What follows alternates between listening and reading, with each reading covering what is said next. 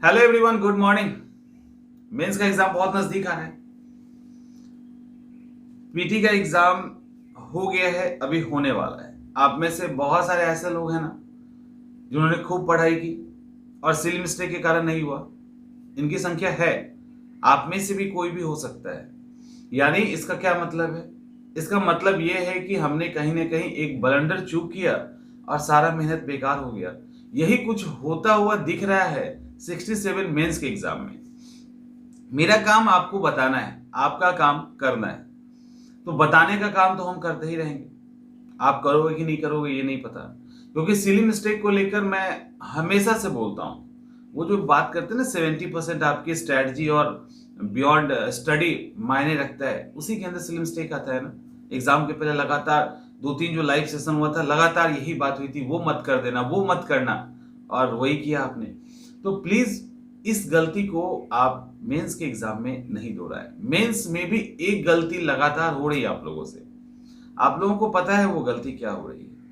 आप लोग बहुत पढ़ लोगे ना, खूब पढ़ लेंगे, लेकिन अगर आंसर राइटिंग पे काम नहीं करेंगे तो फिर मुश्किल का सामना करना पड़ेगा एग्जाम हॉल में। हम यहां पे इस वीडियो में ये भी बात करेंगे कि क्विक आंसर राइटिंग कैसे इंप्रूव करें। एकदम से क्विक, मतलब तुरंत विद इन ए वीक कैसे आंसर राइटिंग इंप्रूव करें। समझ में आ रहा है? देखिए, ये एकदम से पहले कुछ जो गलत फहमियां हैं उसको दूर कर लीजिए, वो ज्यादा बेहतर होगा। जैसे हम सब कुछ पढ़ लेंगे तो एग्जाम में सवाल पूछेगा तो लिख ही देंगे, या हम घर में ही आंसर लिख के जाएंगे, इधर उधर से देख लेंगे, सबका लिख के तैयार कर लेंगे और एग्जामिनेशन हॉल में लिख देंगे। तो ऐसे में कई सारी गलतियां होने की संभावना है। एक तो अगर आपने बिल्कुल ही प्रैक्टिस नहीं किया और आप इस गलतफहमी में हैं कि आंसर राइटिंग यहां कर रहे हैं, वही वहां चिपका देंगे, वहां वहां पे हम लिख देंगे, कोई दिक्कत नहीं होगी। तो ये सबसे बड़ी भूल है और एक बड़ी अपॉर्चुनिटी को ऐसे छोड़ देना है। बस अब छोड़ रहे हो उसको, वो आपके हाथ से निकल रहा है।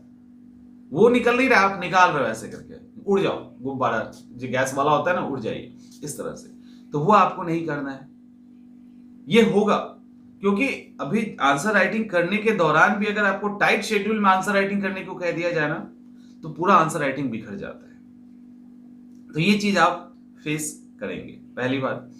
दूसरी बात, कुछ लोगों को ये लग रहा हो कि घर के अंदर हम आंसर तैयार करके चले जाएं और उसको सीधे एग्जामिनेशन हॉल के अंदर हम पुट कर दें। तो वहां टेल वर्ड्स क्या कह रहा है, एग्जामिनेशन में 1857 का आंदोलन क्या कह रहा है, वो आप वहां पे मैनेज नहीं कर पाओगे और फिर आंसर गलत हो जाएगा। तो सवाल उठता है कि ये सब तो गलतियां हो रही है, लोग और डर रहे हैं, आप लोग आंसर राइटिंग से डर रहे हैं। ये डर को छोड़ दीजिए। ये डर एग्जामिनेशन के दिन तो बाहर आना ही है। बेहतर है कि अभी बाहर आएगा तो उसको आप ठीक कर सकते हैं। ठीक कैसे कर सकते हैं उस पर बात करते हैं। आंसर राइटिंग आपको इंप्रूव करना है ना, कम टाइम में करना है। अब नौ, मतलब जो पहले का शेड्यूल था उसकी तो कोई बात ही नहीं हो सकती, क्योंकि सब कुछ यहाँ सुपर फास्ट अंदाज में हो रहा है। तो आंसर राइटिंग को भी आप उसी तरह से ट्यून करेंगे। ट्यून नहीं करेंगे तो आपका आंसर राइटिंग ठीक नहीं होगा। अब यहाँ पे उसको सही डायरेक्शन देने के लिए सबसे पहले एक मेंटर तो आपको चाहिए। इसमें तो कोई इनकार नहीं कर, आप बैठ के घर में कर लोगे ठीक, ऐसा नहीं होगा। आपको समझ में आएगा दूसरे का आंसर, लेकिन आप लिख नहीं पाएंगे। तो आपको कोई चाहिए। वो मेंटर का मतलब ये नहीं कि कोई वही जो कोचिंग चलाता हो या कोई टीचर ही हो।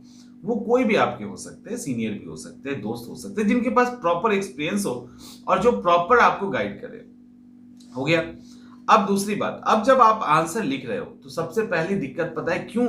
किसी के पास जाने के बाद भी आपका आंसर राइटिंग ठीक नहीं होता है। उसके पीछे कारण क्या है? तो उसके पीछे कारण है खुद के लिखे हुए आंसर को नहीं पढ़ना।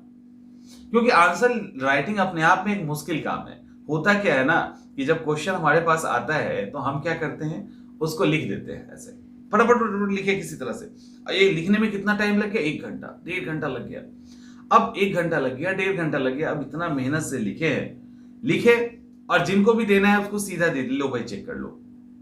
नहीं, ये अगर करेंगे ना तो लंबा टाइम लग जाएगा। वो आपके पास नहीं है, वो आपके पास नहीं है।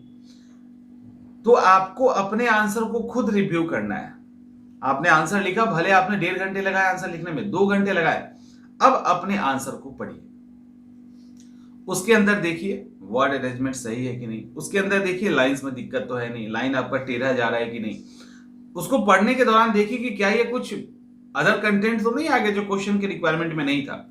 आप उसको की देखिए, आपके नॉलेज में उसमें जो जो कमियां नजर आ रही है, जो जो अब तो आपने लिख लिया ना, जो जो कमी नजर आ रही है, दूसरा कॉपी उठाइए, दूसरा पेज उठाइए, उस कमी को हटाते हुए फिर से आंसर राइटिंग कीजिए, उसको हटाते हुए फिर से आंसर राइटिंग कीजिए, फिर इसको चेक कीजिए, और यहां पे आपको कमी नजर आ जाएगा तो आप क्या करोगे, जो एक्स्ट्रा पॉइंट है उसको हटा देंगे, जो जरूरी पॉइंट छूट गया उसको ऐड करेंगे, फिर से आंसर लिखिएगा।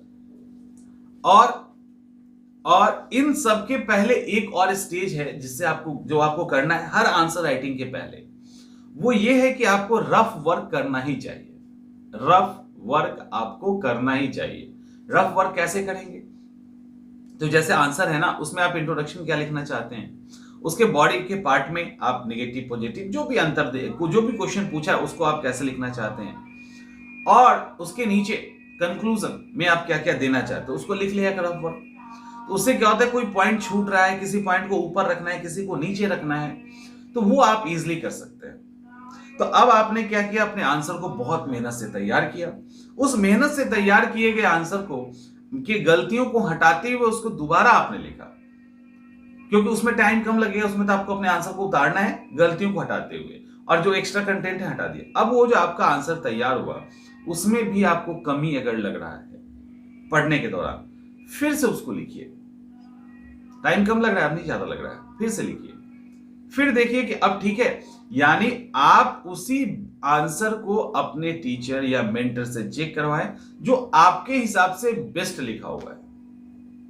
आपको लगता है कि इस अभी की जो हमारी मानसिक स्थिति है, अभी की जो हमारी बुद्धि विवेक है, उसके अकॉर्डिंग हम इस सवाल का जवाब इससे बेहतर लाख 25 बार लिखेंगे तब भी नहीं लिख सकते हैं।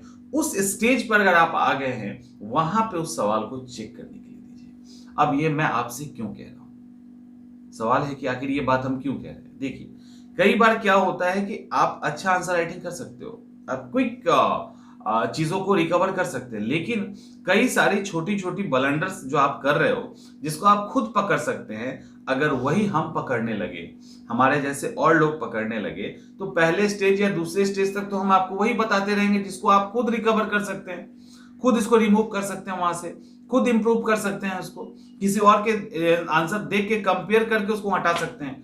तो वो अगर आप हटा लोगे तो हमें भी लगेगा कि अच्छा, ये तो प्रॉब्लम ही नहीं है, इसमें ये प्रॉब्लम तो खत्म है, अब इसके आगे की बात करनी है। नहीं तो वहां पे 10 दिन तो उसी में लग जाएगा, 5 दिन उसी के अंदर लग जाएगा, और उसको अगर आपने अपने स्तर पे खत्म कर लिया तो अब तो आपके आंसर को एक डायरेक्शन देना है, जो कंटेंट ऐड करवाना है वो करना है, इंट्रोडक्शन ठीक करवाना है, कंक्लूजन ठीक करवाना है, अकॉर्डिंग टू क्वेश्चन आपके आंसर को अप्रोच देना है, तो वो अब करना है। तो ये जो छोटी छोटी गलतियां, ये तो आपने अपने स्तर पे ही ठीक कर लिया, और अपने स्तर पे जैसे ही ठीक किया, अब बड़ी गलतियों की तरफ देखना है, तो वो क्या होगा, एक बड़ा टाइम जो किल हो रहा था ना, वो आपका बच जाएगा। और क्या होगा, आप वहां पे जो फ्रस्ट्रेशन फील करते, वहां जो आपको स्ट्रेस होता, वो नहीं आएगा। मेंटर्स की तरफ से आपको एक एप्रिसिएशन मिलेगा, एक तारीफ मिलेगी, वो आपके कॉन्फिडेंस को बूस्ट करेगा। ठीक है, वो आपके कॉन्फिडेंस को बूस्ट करेगा। तो उससे क्या होगा, उन सबसे आपको फायदा ये होगा कि आप बहुत जल्दी, कह रहा हूं विद इन ए वीक, अगर आप इस प्रोसेस को 7-8 दिन कंटिन्यू अपने साथ कर लिए, हर आंसर के पहले रफ वर्क और बेस्ट आंसर आप जो भेजने लगे, तो विद इन ए वीक आप जो है ना, एक उस जगह पे आ जाएंगे जहां फाइट करने की स्थिति में होंगे, और एक सप्ताह दे दिए तो आप परफेक्ट आंसर राइटिंग करना सीख जाएंगे, नहीं होगी दिक्कत। होपफुली कि आप समझ रहे होंगे मैं क्या कहना चाह रहा हूं।